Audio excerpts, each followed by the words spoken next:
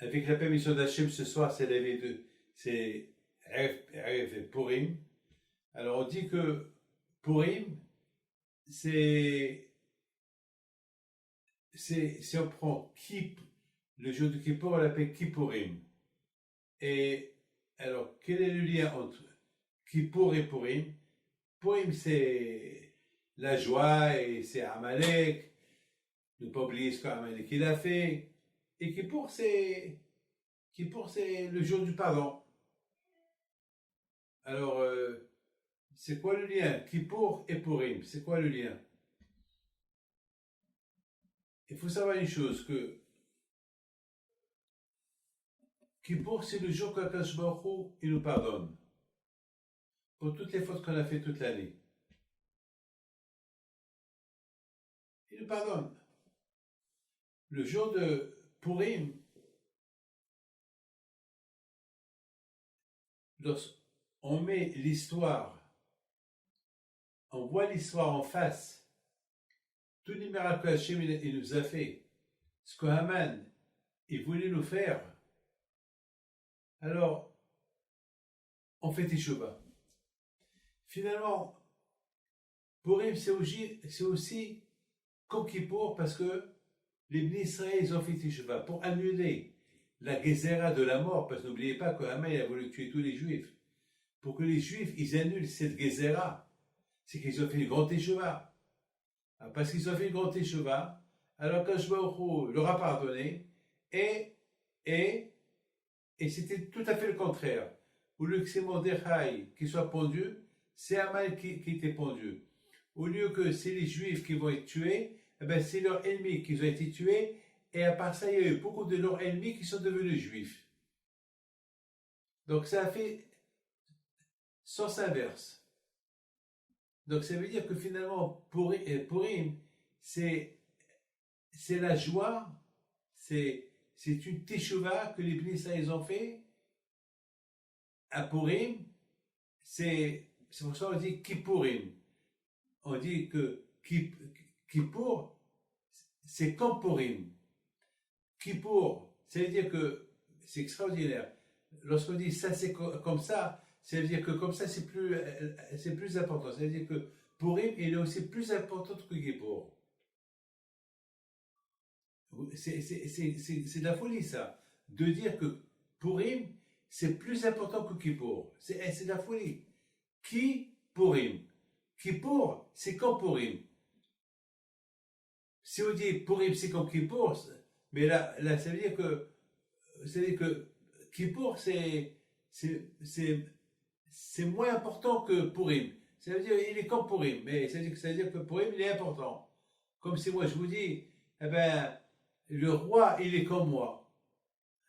C'est-à-dire que moi ça veut dire que vous voulez comparer le roi à moi, c'est-à-dire que moi je suis plus important.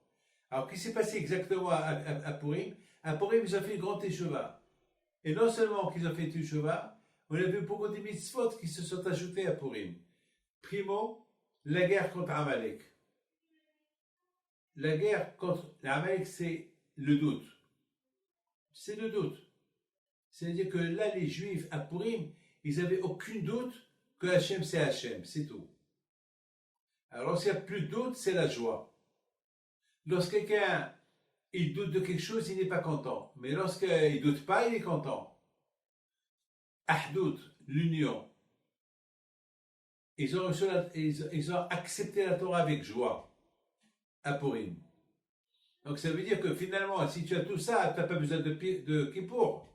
Si tu acceptes la Torah avec joie, si tu vis avec Ahdout, avec unité, avec l'union, tu acceptes sur toi toute la Torah, tu n'as plus de doute sur Akadosh Baruch Hu, donc tu n'as plus besoin de Kippour.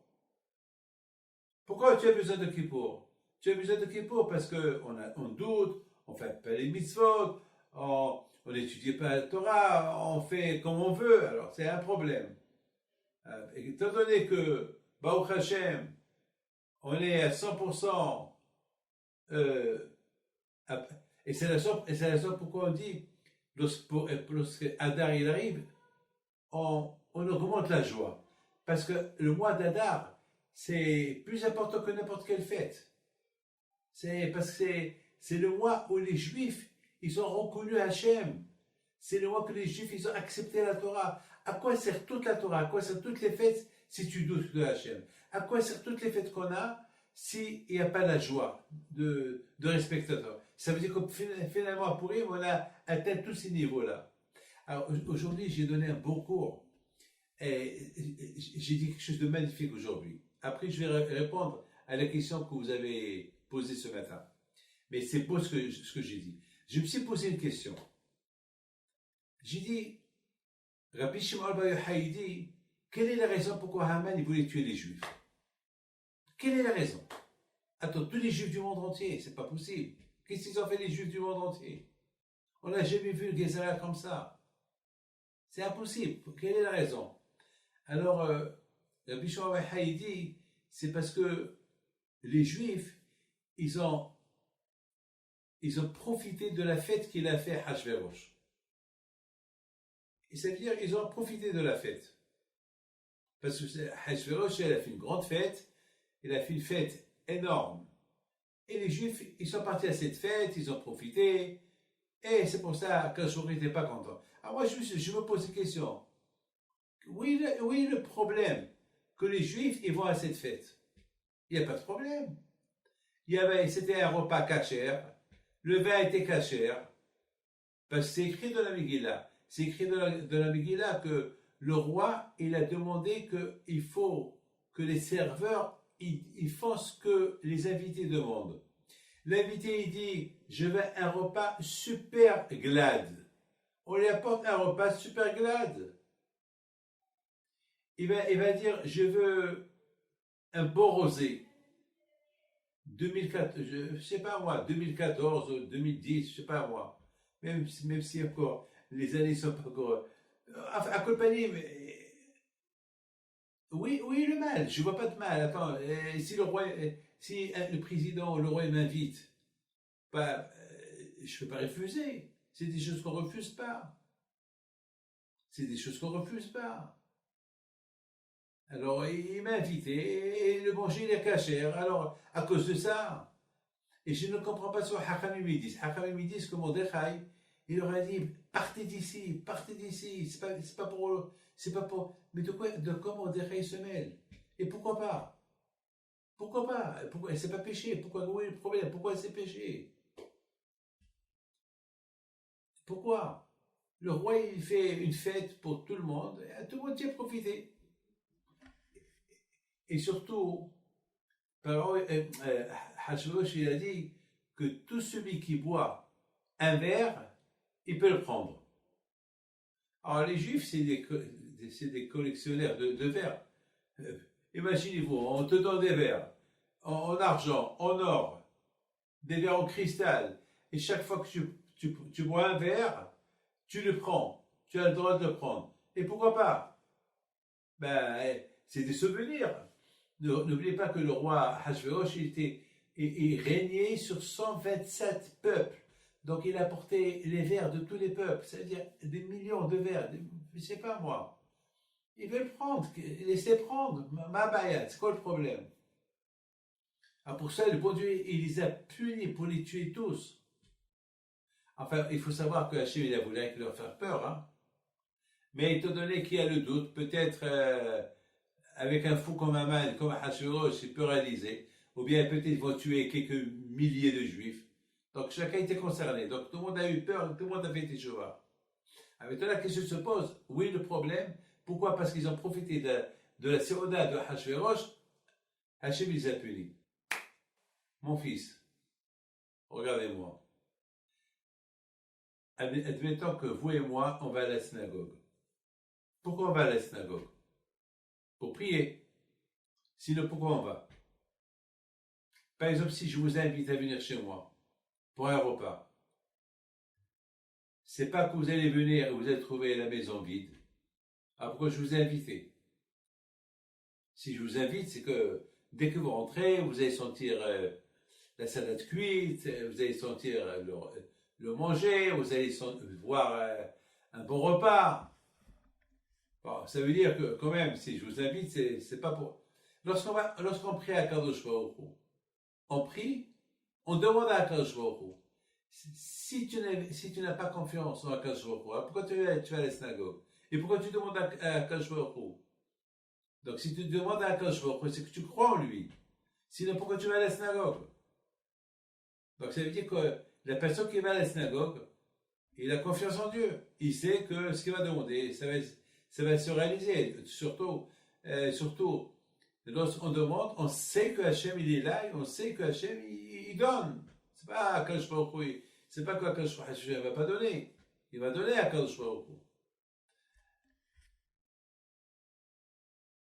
Malheureusement, on va à la synagogue, on voit les gens qui parlent. On voit qu'il n'y a pas le respect de la synagogue. Et malgré tout, on fait la prière. Là, ça déplaît à Hachem. Hachem il dit, attends, Hachem il dit, Hachem lorsqu'il a vu les Juifs qui sont partis chez Hachvérosh, pourquoi ils sont partis? Ils sont partis pour gagner des vers. Ils sont partis parce que ils veulent profiter, ils veulent se réjouir, et en plus ils sont partis là-bas pour faire des collections de verres. Et ils vont gagner des verres en argent, en diamant, je sais pas moi. Et c'est pas n'importe quel verre. Vous savez, lorsque vous allez au Palais Royal, on vous sert pas là-bas dans n'importe quel verre. C'est des verres importants. Ça veut dire, on sait. Alors qu'Ashbarouz n'était pas content. Il dit comment?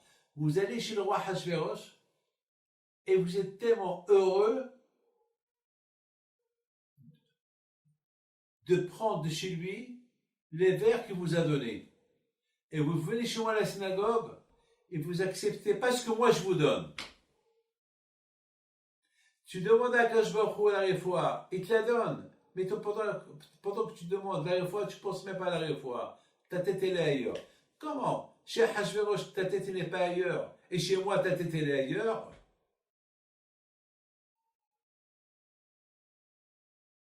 Vous avez compris? Ta tête est là ailleurs. Alors, je comprends si tu viens pas à la synagogue, je comprends. Tu viens pas à la synagogue, je comprends que tu ne crois pas. Mais là, tu viens, c'est que tu crois. Si tu crois, c'est que je peux te donner. Et tu sais que je peux te donner. Alors pourquoi tu n'es pas comme un kili? Regarde-moi ça. Ça, c'est un verre. Vous le voyez? Ce verre-là, il y a un fond.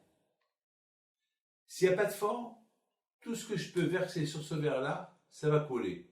Oui ou pas? Oui ou pas? Voilà.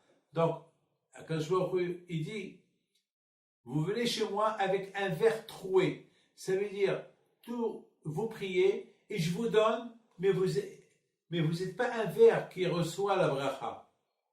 Alors, vous allez chez Hachvérosh, vous êtes là pour recevoir des cadeaux de lui, vous venez chez moi, je vous donne, et vous jetez par terre tout. C'est pas normal. C'est la raison pourquoi Kashvor s'est énervé. Alors pourquoi Hachem voulait passer sa colère contre tout le monde? Eh bien, pour que les gens ils apprennent, pour que tous les juifs ils apprennent, que lorsque Hasvi Shalom,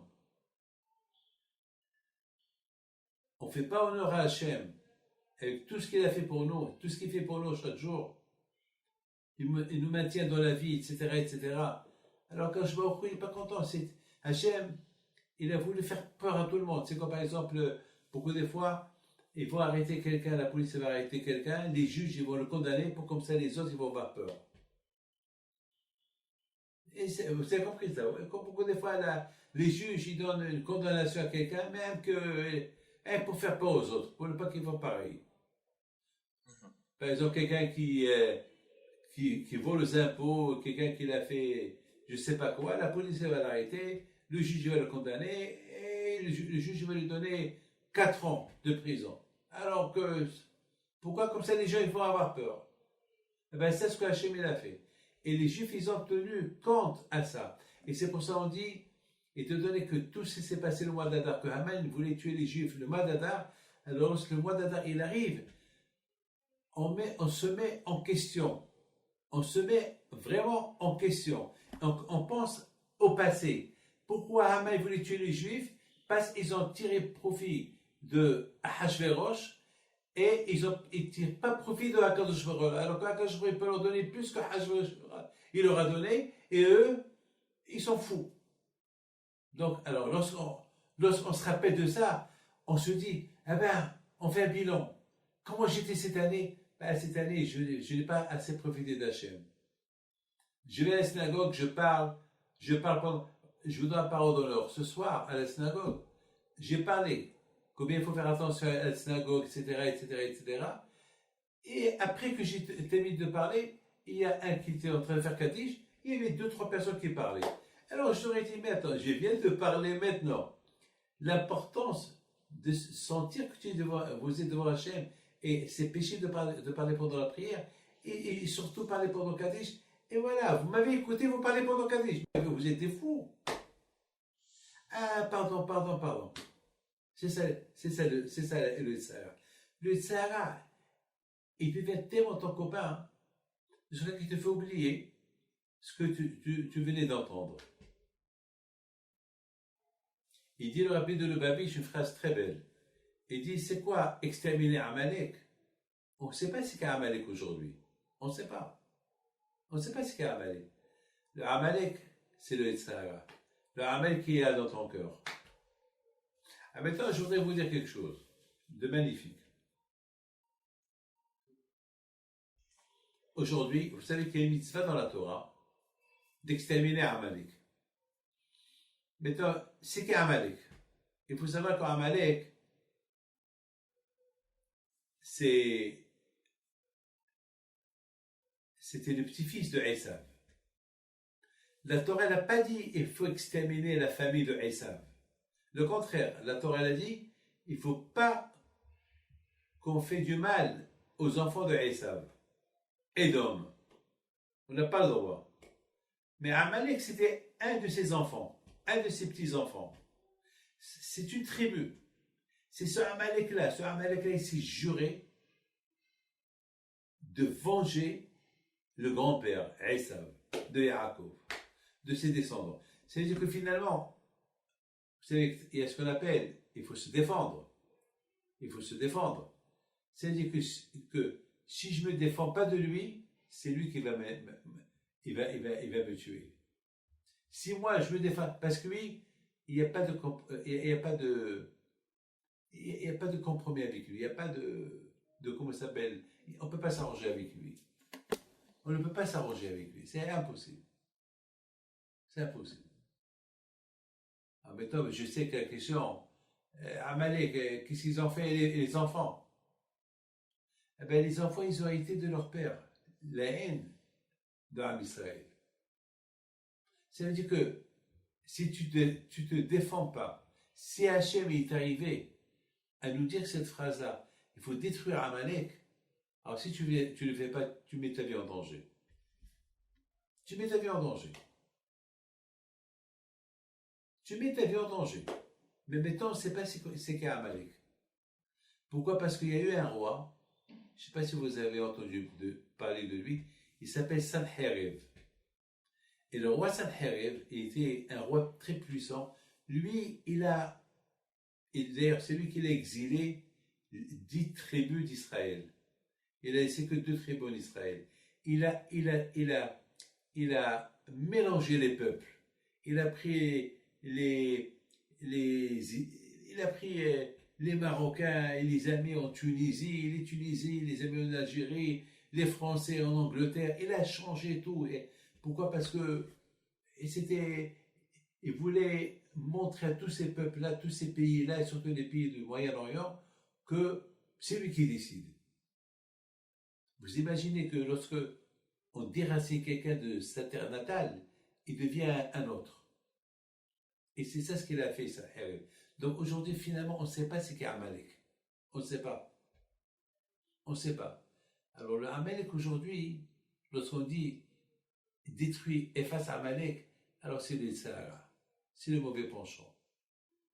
Et le Hafetz Chaim dit que le fait qu'on étudie la Torah, le fait qu'on dit, on fait Purim, et on dit c'est Hachem qui le fait à notre place. Mais il faut être confident. Maintenant, c'est la raison pourquoi que aujourd'hui, on ne sait pas ce qu'est Amalek. On ne sait pas. Alors, le fait que tu ne sais pas ce qu'est Amalek, Alors, tu dis Hachem, je voudrais bien accomplir cette mitzvah-là, mais je ne le connais pas. Alors, c'est à toi de faire ton travail. Mais le Rabbi de Lubavitch, il donne une autre raison. Il dit que Amalek, c'est le Tzahara. C'est le doute. Parce qu'Amalek, c'est le gématria du doute. Amalek, Aïn Mem, Lamet Chof, c'est le même chiffre numérique de Safek. Safek, c'est le doute. C'est le Tzahara toujours, il apporte le doute. Donc maintenant, tu comprends très bien que le mois d'Adar, c'est le mois d'Amalek. Parce que Haman était petit-fils de Amalek. Le mois d'Adar, c'est Mamash, c'est le mois de Amalek. Allez, Amalek, c'est le Safek. Alors qu'est-ce qu'on fait? On se rappelle de toute l'histoire de Mordechai, Esther, Haman, ses enfants, Zeresh, Vashti, Hashverosh.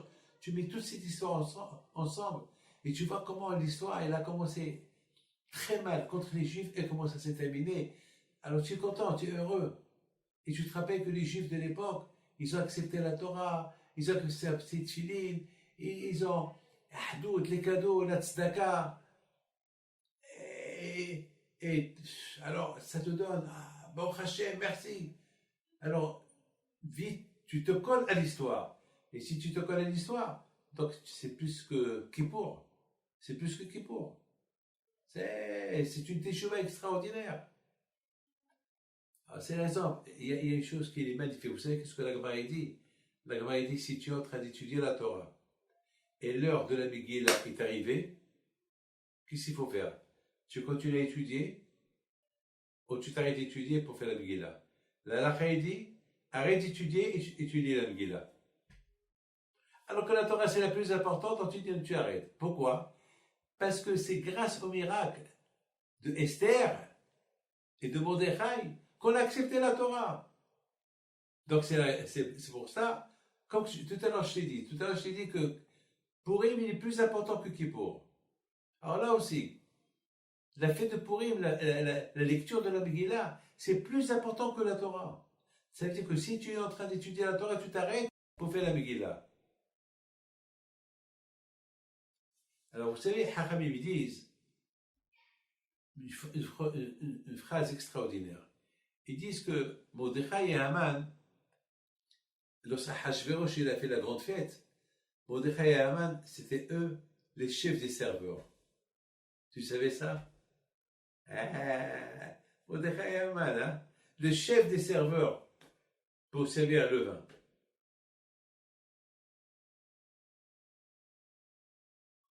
Maintenant, on comprend très bien que s'il y avait là-bas Mordechai, c'est que le repas était cachère. Hein? C'est que le repas était cachère. Moi, je vous dis autre chose. Le fait que tout le monde savait que Haman était le petit-fils de Amalek, il devait se lever et partir. Vous avez compris? Le fait que tout le monde savait que Haman, c'était le petit-fils de Amalek, et on a une mitzvah de détruire Amalek, et eux, ils sont là-bas en train de lui parler. Et Haman, je voudrais un double scotch. Dans un verre pas en plastique, hein, un verre cristal. Et Haman, il dit, hey, Mr. X, apportez à Jacob une... Alors, ça veut dire qu'ils étaient contents d'un Amaleki. Et parce qu'ils étaient contents d'un Amaleki, ils ont été punis. Déjà, il y a la mitzvah de détruire. Et en plus, tu compares avec lui. D'accord, tu ne peux pas le tuer, parce que il fait partie du palais royal. Mais ça va, mais tu n'as pas le droit de tirer profit de lui.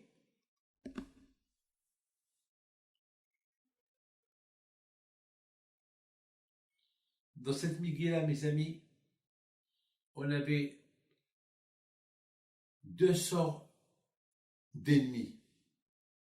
Les goïms, il y avait des goïms qui nous détestaient, Sonim, ils nous détestent. C'est comme moi, je je déteste X, mais pas pour le tuer. Mais je le déteste. Je peux pas, comme tout à l'heure, quelqu'un m'a dit, bien mec, hein, quelqu'un m'a dit, quelqu'un que malheureusement, il a perdu sa femme. Et il était en divorce avec elle, mais elle a fait un accident, elle est morte. Alors, il n'est pas encore divorcé. Donc, il faut qu'il se fasse Shiva. Je sais ce qu'il m'a dit. Je la déteste. Je ne veux pas m'asseoir par terre. Je la déteste. Oyev, c'est un ennemi. Un ennemi peut tuer. C'est pour cela, dans la Megillah, on emploie le mot Oyev et sonné. Détester et ennemi. Pourquoi? Parce que, malheureusement, à cette époque-là, lorsque Haman il a fait une déclaration, tuez les Juifs, prenez leurs biens. Alors il y avait toutes les catégories. Il y a ceux qui les détestaient à tel point ils étaient prêts à les tuer. Il y a ceux qui ne vont pas les tuer, mais ils les détestent. Au moins, ayez pitié d'eux. Ça veut dire que presque tout le monde, il est détesté ou il voulait les tuer. Et beaucoup de fois, vous savez, beaucoup de fois, on peut tomber avec des gens qui nous détestent, mais ils ne sont pas capables de tuer. Mais ils détestent. Mais si vous voyez un autre qui veut tuer, il le laisse. Il s'en fout. Voilà de qui on était entouré à l'époque, malheureusement. Voilà. Vous savez, on dit que, vous savez, c'est quoi la Shekhinah? C'est l'auréole d'Hachem. En général, elle se trouve en Israël, pas à l'étranger.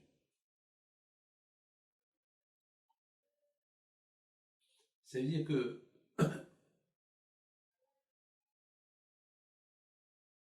c'est pas, hein, c'est pas facile, hein. C'est pas facile du tout. Que Akash Baruch Hu, il va parler avec quelqu'un à l'étranger. Mais parfois, à l'époque que les Juifs étaient en Égypte, c'est une exception que Hachem il parlait avec Moshe Rabbeinu en Égypte. Mais en général, Hachem il parle avec les prophètes grecs en Israël. Mais dans la Megillah, on voit que Mordechai, il avait la névoie, il était prophète. Alors comment quelqu'un peut être prophète en dehors d'Israël? On voit que Esther aussi était prophète. Elle était une prophétesse. Comment? Ben justement, les Am Israël, ils sont dans la sakana. Les Am Israël, et surtout là, ils étaient dans un danger, le danger de, comment ça s'appelle, le danger de Haman, qui a voulu exterminer le monde entier. Alors c'est Haman, il extermine le monde, tous les Juifs. Alors qui va étudier la Torah? Alors qui va être prophète? Qui va avoir la Ruach HaKodesh? Alors Akash Baruch Hu, Imo Anochi B'Tzara. Le Hachem il a vu, quand Israël était mamash dans le besoin, alors Akash Baruch Hu a envoyé sa Shekhinah, même sur Mordechai, même sur Esther Malka. Pourquoi? Parce que Hachem il a vu qu'ils étaient en danger, le danger de, comment ça s'appelle. Et c'est pour ça, parce que c'est pas possible que Mordechai, il devienne prophète. C'est pas possible. Parce que Hachem, il ne donne pas la prophétie à quelqu'un en dehors d'Israël. Et surtout après et c'est impossible. Donc, mes amis, avec tout ce que je suis en train de vous dire, c'est une raison de plus pour être content le mois d'Adar. Et dire merci à Kadosh Baruch Hu. Alors, vous savez, dans cette Megillah, ce qui est extraordinaire, c'est lorsque Mordechai a entendu il a vu dans la névoie que Haman il a discuté avec Hachvérosh. C'était pas encore public. Vous savez, dans le stock market, il y a beaucoup de choses qui deviennent publiques plus tard. Mais au départ, ils ne sont pas encore dans la bourse, mais on les prépare pour les mettre à la bourse. Alors là, le monde n'était pas encore au courant que les Juifs, ils étaient que Haman et Hachvérosh, ils ont décidé d'exterminer les Juifs. Mais Mordechai, par sa néboa, il a su. Il a crié, et crié, et prié. Il a mis sur lui des vêtements avec du sable, genre de deuil. Alors il est parti au palais royal, et Esther Amalka, elle a entendu le cri de comment ça s'appelle, de Mordechai. Alors, elle lui a envoyé des vêtements neufs pour qu'il les change. Et Mordechai n'a pas voulu changer les vêtements. Il a dit non, je ne les change pas.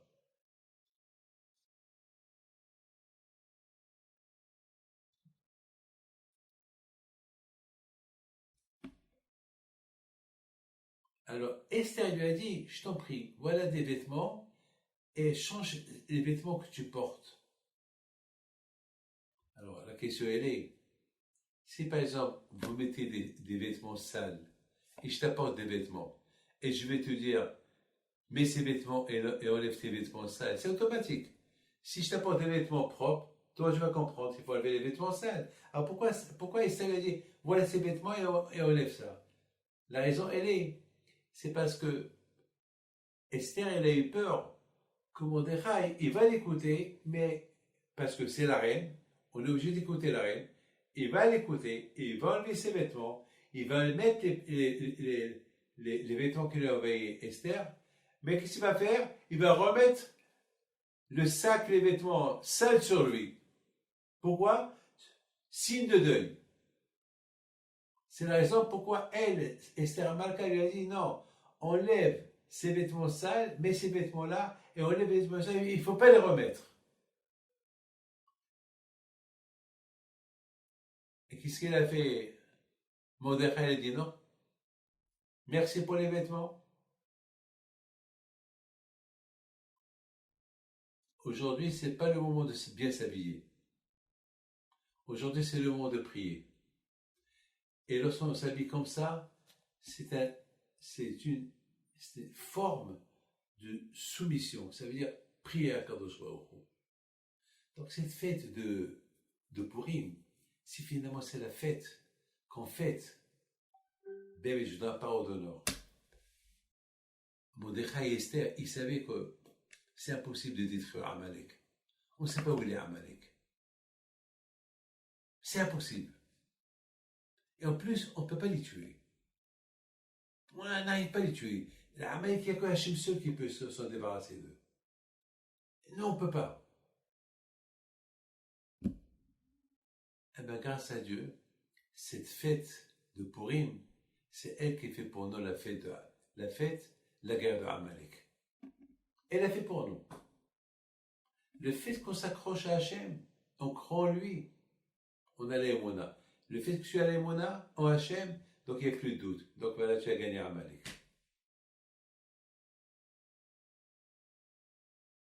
Le fait que tu t'attaches à la Torah, Amalek il ne veut pas que tu t'attaches dans la Torah. Amalek il veut que tu aies des doutes en Dieu. Mais lorsque toi tu t'attaches à la Torah, sans doute, tu as gagné Amalek. Et surtout, je viens de vous dire maintenant, lorsque tu étudies la Torah, et lors de la Megillah, lors de la lecture de la Megillah, il arrive, il faut que tu t'arrêtes. Tu t'arrêtes. Tu t'arrêtes. C'est extraordinaire. On voit que, tout à l'heure on a dit, que Purim, il ressemble à Kippourim. Alors la question elle est, à Purim, il y a un jour de jeûne avant Purim.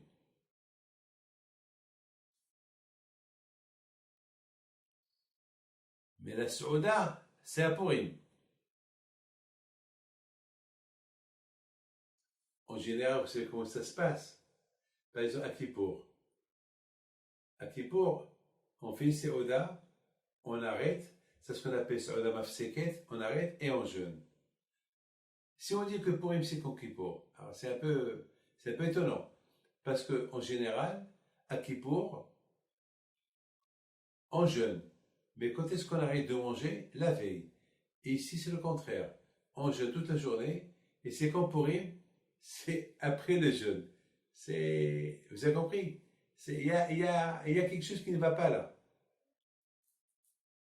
Parce qu'il y a la Souda. Avant Kippour, on mange jusqu'à la veille de Kippour et après on jeûne. Et là, non. Là, on jeûne, après c'est la fête. Ben justement, la raison, elle est extraordinaire. La raison, c'est que Kadosh Baruch Hu, il veut. Avant la fête, il faut qu'il y ait une teshuva. Avant la fête, il faut qu'il y ait une teshuva. Avant la fête, il faut qu'il y ait une teshuva. Il faut déjà que tu es proche d'Hachem. Et surtout, n'oublie pas une chose, que les Juifs, pour qu'il y ait eu le miracle, ils ont jeûné, après il y a eu le miracle, après ils ont fait la fête. Alors que pour la fête de Kippour, c'est pas comme ça. La fête de Kippour,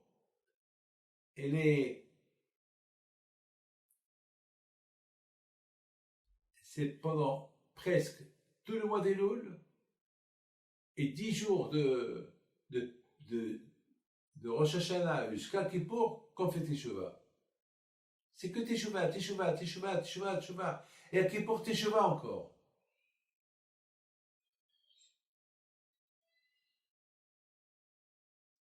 Et je m'excuse de vous dire, en plus, il n'y a aucune garantie que le bon Dieu nous a pardonné. Pourquoi? Parce que Hachem, il ne veut pas que tu sois sûr de toi qu'il t'a pardonné. Il ne veut pas. Hachem, il veut que tu lui fasses confiance. Il est très intelligent à Kashbor. Il veut que tu lui fasses confiance. Mais il ne te dit pas s'il t'a pardonné ou pas. Il ne veut pas te dire. Parce que si tu sais qu'il t'a pardonné, alors tu vas commencer ça, il m'a pardonné à l'année prochaine. Alors, on est dans le doute, jusqu'à l'année prochaine. Mais pour la xéra de l'extermination, on ne peut pas attendre. C'est la raison pourquoi ils ont jeûné. Parce que vous savez que c'est David Ameller. David Ameller, il dit, je préfère tomber entre les mains d'Hachem et je ne tombe pas entre les mains d'un homme. Parce que Hachem, il est miséricorde, si je tombe entre ses mains. Mais si je tombe entre les mains d'un homme, il est cruel. Un homme, il est cruel. Et là, on est tombé entre les mains de Haman. On est tombé entre les mains de Haman. Donc, il fallait jeûner avant la fête. Mais Kippour, on fait Teshuvah et on reste de Teshuvah toute l'année. Toute l'année. On dit, voilà, Hachem, on est entre tes mains. Toute l'année, on est entre tes mains.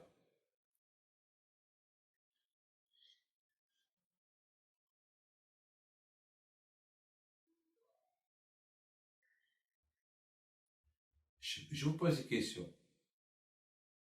Pourquoi on compare Purim à Kippour? Pourquoi on ne compare pas Purim à Pesach, à Rosh Hashanah, à Shavuot, à Sukkot? Pourquoi Kippour? Parce que Kippour, c'est la Teshuvah. Kippour, c'est la reconnaissance de la faute. Et Purim, c'est pareil. C'est lorsqu'ils ont vu que Haman, il a voulu les exterminer, c'est là qu'ils ont fait Hijwan Nefesh, c'est là qu'ils ont pris conscience. Pourquoi tout ça? Ah, ils ont compris. Parce qu'on a tiré profit de Hachverosh, parce qu'on a profité de Haman qui nous servait, alors qu'on n'a pas le droit d'être servi par Amaliki. Ah, parce que de Hachverosh, on en a profité de lui, alors qu'Akashvoro, avec tout ce qu'il nous donne, on lui dit même pas merci. Alors que Hachverosh, pour quelques vers qu'il nous a donnés, on est parti, on lui a fait kavod, et Hachem, qu'est-ce qu'on fait pour Hachem?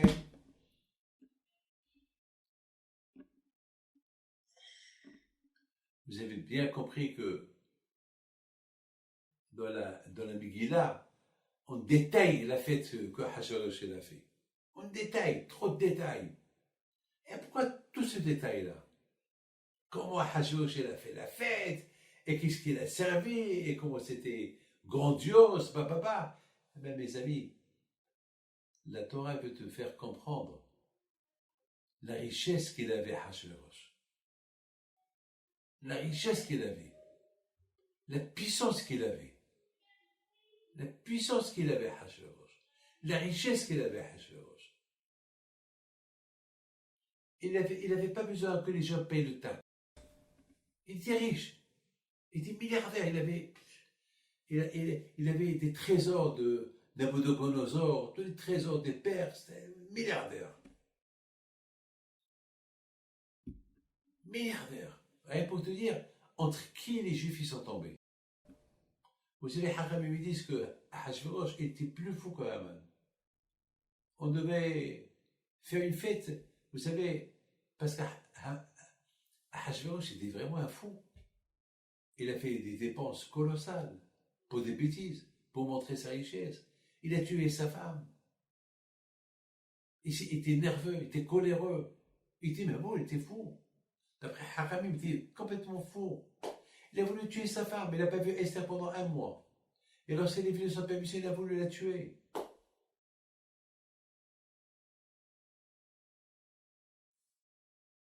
On est tombé entre les mains d'un fou, entre les mains de quelqu'un qui n'avait pas.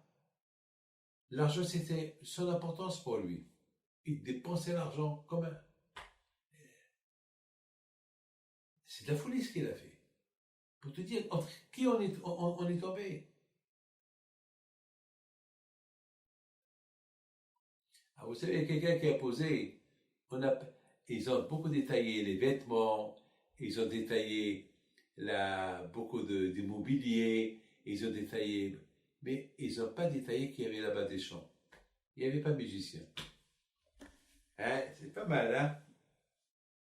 Il n'y avait pas quoi, pardon? Un musicien. Pas de musicien. C'est pas écrit. C'est écrit, il y avait là-bas des salons, il y avait là-bas des trucs grandioses, la beauté, les tapis perses, il y avait là-bas la boisson et le repas à gogo, il y avait tout. Mais on ne dit pas qu'il y avait des chansons.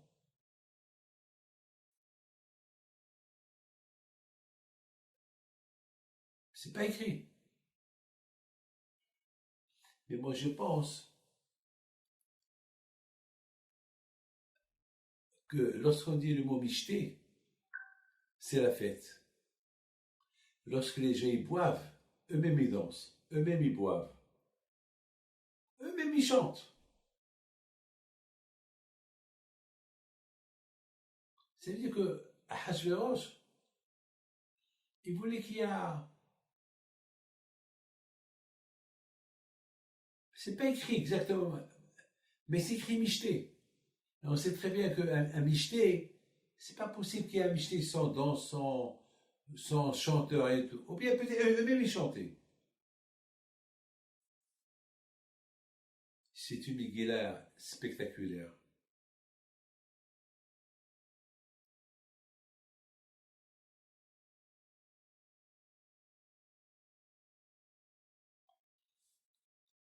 Vous savez combien des jours ça a duré cette fête? 180 jours. 180 jours. Qu'est-ce que tu peux boire pendant 180 jours? 180 jours. Il n'y a personne qui lui dit, mais attends, c'est de la folie tout ça. De là, tu vois combien il était fou. De là, tu vois combien il était fou. Ahashverosh. Que personne ne pouvait lui dire un mot. Personne. On est tombé entre les mains d'un voyou, d'un fou. Personne ne pouvait parler. En conséquence, on voit le miracle était énorme.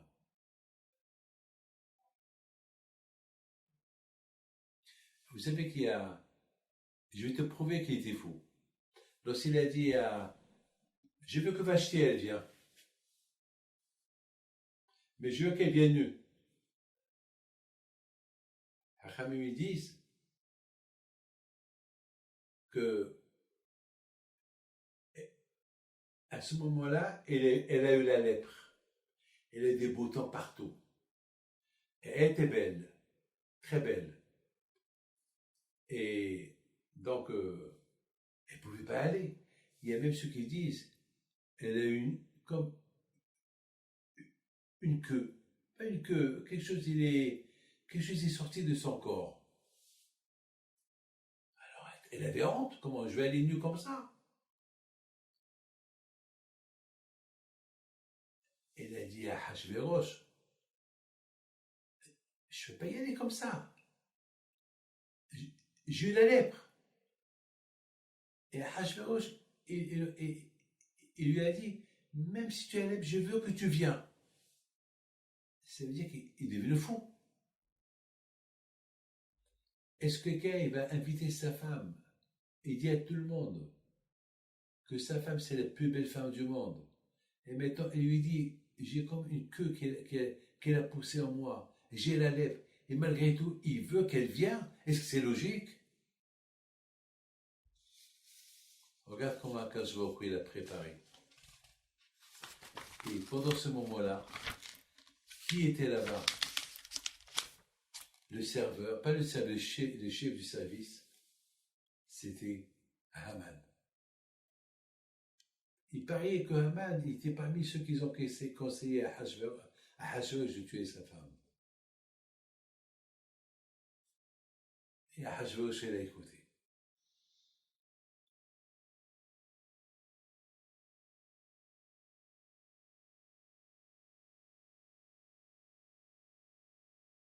Vous avez des questions?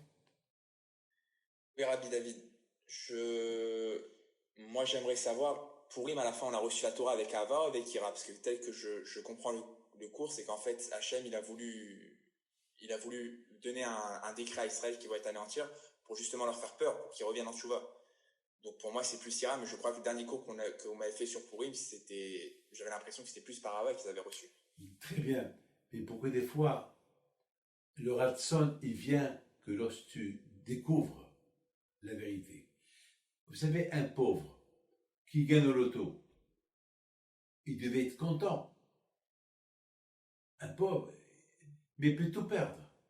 Il ne connaît pas la valeur de l'argent. Alors qu'est-ce qu'on lui fait? On ne lui donne pas l'argent. Jusqu'à quand on lui apprend comment se servir de son argent. Et après, une fois qu'il sait, il est content lorsqu'il le reçoit. Vous avez compris? Là aussi, les Juifs, ils ne connaissaient pas encore la valeur de la Torah, parce qu'ils ont reçu la Torah, et ils n'avaient pas le choix. Et ils ont vu tellement de miracles, et ils ont dit oui. Mais ils ne kiffaient pas la Torah. Mais lorsqu'ils ont vu ce que Hachem a fait pour eux, alors ils l'ont accepté avec joie. Ça veut dire que beaucoup de fois, par exemple, quelqu'un qui est malade, le médecin, il lui donne un médicament. Mais le médicament, il est amer. Il ne veut pas le prendre. Alors qu'est-ce qu'on fait? On l'oblige à le prendre. Il va commencer à voir qu'il commence à guérir. Il commence à voir que Bémet, c'est pour son bien. Alors après, lui-même, il va le prendre. Il est heureux de le prendre. Il fallait que Hachem, il leur fait peur pour qu'ils découvrent la Torah. Par exemple, il y a comment il s'appelle, Haman. Il dit à Hachvérosh, ces juifs-là, leur religion, elle est différente que la nôtre. Elle est différente. Il ne faut pas les laisser. Mais bien sûr, chaque peuple, il a sa religion. Et alors, mais tellement que Haman, il nous détestait, il a dit à Hachvérosh, regarde, écoutez bien ce que je vous dis. Lorsque Haman, il a fait le Goral, quel mois il va tuer les Juifs, il s'est servi du Goral juif. C'est-à-dire qu'il croit dans le judaïsme. Mais qu'est-ce qu'il dit à Hachvérosh? Et ils ont une religion banale. Il se sert de notre religion pour son profit, pour être contre nous. C'est de la folie. C'est de la folie. On était dans un état grave. Et vous savez qu'est-ce qu'il a dit à Haman? il a demandé à Hachvérosh, on les tue tous en un seul jour, en fantôme. Pourquoi un seul jour? Pourquoi pas une semaine? Parce que parce qu'Haman il avait peur, peut-être, s'il dit à Hachvérosh, on les tue pendant une semaine, peut-être après un jour, 2 jours, Hachvérosh a dit stop. Et lui, il ne veut pas de ce stop-là. Il veut qu'on tue tout le monde dans un seul jour.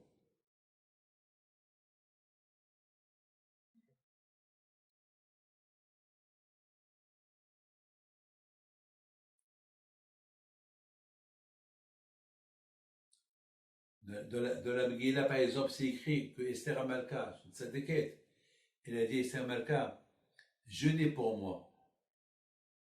Et ne mangez pas et ne buvez pas. Alors c'est double langage. Jeûnez pour moi, ne mangez pas, c'est un double langage. Jeûnez pour moi, c'est tout.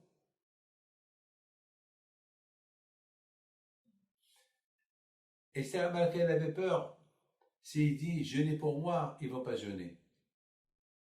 Et ils vont dire on va jeûner pour elle. Quelle garantie on a qu'elle va réussir? Alors pourquoi on va jeûner pour elle? C'est pour ça qu'elle leur a donné un ordre royal. Jeûnez pour moi et ne mangez pas et ne buvez pas. Mais on était dans un grand danger, un grand danger.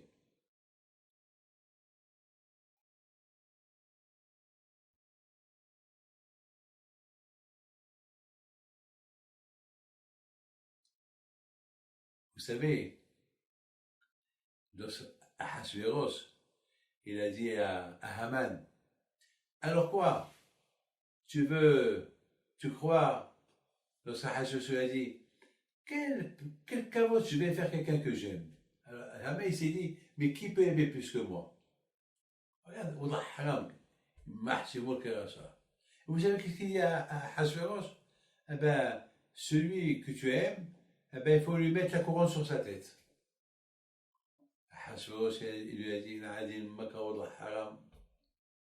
lui a dit, tu veux ma couronne? Le diable lui a dit, alors tu prends tout ce que tu as dit, tu le mets sur Mordechai. Et tu dis à haute voix, Kachaya Asel Amelech. Comme ça, le roi, Kachaya Asel Aishash Amelech, il criait à haute voix, bam, bam. Hé, Rabotai, vous voyez qui est là? C'est le roi qui a voulu qu'on l'habille comme ça. Achamim, ils disent que la fille de Haman, vous connaissez ça, oui? La fille de Haman, elle est au balcon, elle a vu, elle entendait un cri, Kacha ya'ase la isha she'amel hafetz bekaro, Kacha, Kacha. Elle a cru que celui qui marche, c'est Mordechai, et celui qui était sur le cheval royal, c'était son père. Qu'est-ce qu'elle a fait? Elle a pris un seau, il y avait là-bas des besoins, elle l'a jeté sur le soi-disant Mordechai, et puis le pauvre Haman, il ressent toute cette saleté sur lui, il lève sa tête, il voit, et sa fille voit, elle a fait ça à son père, elle est tombée du balcon, elle est morte. Alors la question elle est, mais elle entendait la voix de son père. Comment elle s'est trompée? Elle a cru que son père, il est assis sur le cheval, et celui qui pousse le cheval, c'est Mordechai. Mais elle entend la voix, c'est la voix de son père. Je pense qu'elle a cru que Mordechai, il a pris la voix de son père. Parce que lui, c'était un grand hacham, Mordechai. Il savait changer des voix. Lui, maintenant, il a changé sa voix. Pour que les gens, ils croient que celui qui est assis, c'est Mordechai, celui qui traîne, vous avez compris? C'est-à-dire qu'elle a cru que Mordechai, il a changé sa voix, et il a la voix de... Comme ça, les gens, ils vont croire que c'est que Haman, il dit ça sur Mordechai. Mais au fait, c'est pas Mordechai qui est sur le cheval, c'est Haman qui est sur le cheval. Alors c'est pour ça qu'il n'a pas fait confiance à la voix qu'elle entendait. Mais lorsqu'elle a vu que c'était son père vraiment, là, elle s'est suicidée. C'est la folie. Et de là, on a commencé à voir le départ de l'échec, la chute de Haman. Et oui. Ce qui est incroyable, Haman, lorsqu'il a entendu ça, pourquoi il ne s'est pas suicidé? Pourquoi il ne s'est pas suicidé? C'est sa fin. En général, si on dit à Saddam Hussein de faire ça, à George Bush, son ennemi numéro 1, il serait suicidé. Pourquoi il ne s'est pas suicidé? Ah ben justement, Akash Baruch il a fait que Haman ne se suicide pas. Que Haman, il voit son échec. Et que le monde, il voit son échec. Ça rappelle Paro. Comparons. Hazak ou Baruch. Comparons.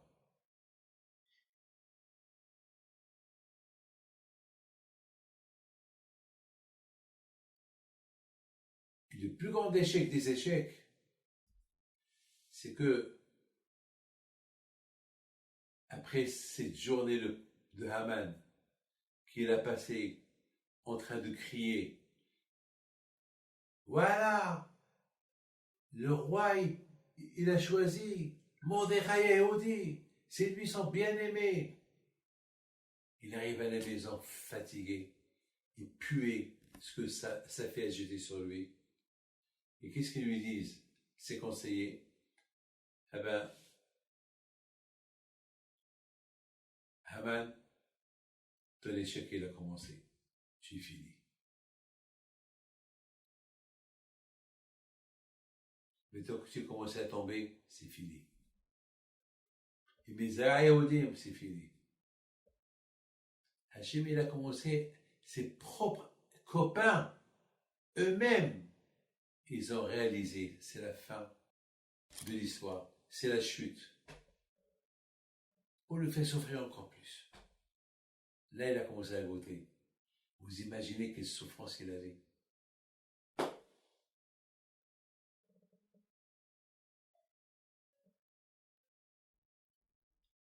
C'est de la folie tout ça. Même éternel. Bon, vous savez ce que je voudrais terminer avec une chose que vous allez aimer ça. Vous savez que Hachamim me disent que mes bnei banav shel Haman haracha lamdu Torah bebnei Brak. La Gemara dit que elle cite un nom d'un grand tzaddik et lui s'est converti des petits enfants de Haman haracha. Comment vous comprenez ça? Mais bnei banav shel Haman haracha lamdu Torah bebnei Brak. Rabbi Shilat, j'ai oublié son nom. Comment tu comprends ça? Et moi j'ai répondu, j'ai dit, après tout, Haman, il a rendu les Juifs Bitchouva. C'est grâce à Haman qu'ils ont accepté la Torah Beratson. C'est grâce à Haman qu'il y a une Megillah. C'est grâce à Haman que les Juifs ils ont découvert que un être humain il te fait une tova, il te fait un bien, tu apprécies, et tout le tova que Hachem te donne, tu n'apprécies pas. Finalement, Haman, il a fait beaucoup de choses bien. Il a fait plein de choses bien. Mais il a fait des mauvaises choses. Par rapport aux choses bien qu'il a fait, Hachem, il a fait qu'un de ses descendants est devenu juif. Il est devenu Hacham, un tzaddik. Il se peut que vous ou moi, on est de ces descendances-là, comme Rabbi Akiva. Rabbi Akiva, était plus que Moshe Rabbeinu, Rabbi Akiva. Et son grand-père, il vient de la descendance de Esav. Rabbi Meir Baal HaNes, il vient de la descendance de l'empereur Néron. Et Al-Kélos, c'était un Romain. Et Salherev, Il y a des enfants de Sanherib, ils étaient, c'est Shemaïa et Abtalion, les maîtres de Beth Shammai et Beth Hillel. C'est la folie. Vous vous rendez compte? Parce que Haman, il a voulu faire que du mal aux Juifs. Mais les Juifs, ils ont fait Teshuvah. Par rapport à ça, quand je peux leur donner la récompense, de ces petits-enfants, ils sont devenus Juifs. C'est de la folie, hein? C'est de la folie, c'est de la folie. Et alors, si Rabbi David, les descendants d'Aman, ils ont la possibilité de retourner en Tchouva, comment nous, on peut avoir cette mitzvah de tuer toutes les personnes qui sont descendants d'Aman? C'est le Kafsrout. Non, on ne les tue pas. Aujourd'hui, on ne les tue pas. Hein? À l'époque, on savait où ils étaient situés. Mais on ne sait pas. À l'époque, on savait où ils étaient situés. Parce que si tu ne les tues pas, c'est eux qui vont te tuer. C'est la Torah, elle a dit ça. C'est que Bémet, c'est ça le mal. On dit, quelqu'un qui va vous tuer. Leicester. Vous allez vous laisser faire. Quelqu'un qui va vous. Hashimishmo. Tuer toute une famille. On va se laisser faire. Non. Non. Et surtout, Amalek, c'est le Safek. Au niveau spirituel, il te donne des doutes. Et en plus, il veut te tuer. Il y avait une seule fois. Vous savez que Akash Baruch Hu, il a donné 3 mitzvot au Bnei Israël d'accomplir. Aussi rentre en Israël. Nommer un roi, Amalek, et après le Beth Amikdash, construire le Beth Amikdash. Ils ont couronné Shaoul. Shaoul devait faire la guerre à Amalek, mais il n'a pas fait. Il les a laissés vivants. Donc après, ça y est. On a vu que David Ameller, qui était un grand guerrier, il n'aura pas fait la guerre. Il les a pas exterminés. Parce qu'entre-temps, on ne sait pas où ils sont. Mais à l'époque de Shaoul, ils étaient tous rassemblés quelque part. C'était la seule et unique possibilité, la chance qu'ils avaient. Mais Shaoul, il a raté. Shaoul, il a dit comme que vous dites. Il a dit qu'est-ce qu'ils ont fait les enfants.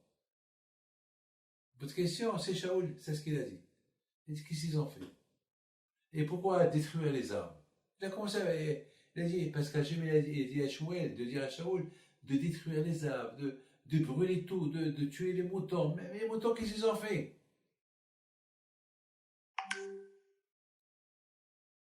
Vous avez compris? Il s'est posé comme vous. Mais Hachem, il a dit à Shaoul, mais c'est à moi de décider. C'est pas à toi de se poser la question. Et Hachem, il sait pour ce qu'il fait. Parce qu'Hachem, il sait que Mashiach ne peut pas venir toquer à Amalek. Alors le roi, il devait exterminer Amalek quand je mets Amikdash et Mashiach. Il a raté sa chance. Maintenant, depuis Shaoul, personne n'a touché à Amalek. On ne sait pas où ils sont. La seule et unique fois qu'ils étaient réunis, c'était à l'époque de Shaoul. Il les aurait anéantis, Mashiach serait venu. Toute la souffrance que les Juifs souffrent jusqu'à maintenant, c'est à cause de Amalek. Les nazis, c'est Amalek. Les nazis, ils ont voulu tuer, Hitler a voulu tuer tous les Juifs. Tout. Vous savez quand est-ce qu'ils ont été pendus, les 12 conseillers de Hitler, à Purim, en 1946, ou 1947. Les 12 conseillers qui ont donné l'idée à Hitler, la solution finale. C'était ces 12-là. Et ces 12-là, ils ont été arrêtés par les Américains. Ils ont été jugés en Allemagne et les ont pendus en Allemagne. À Purim. À Purim.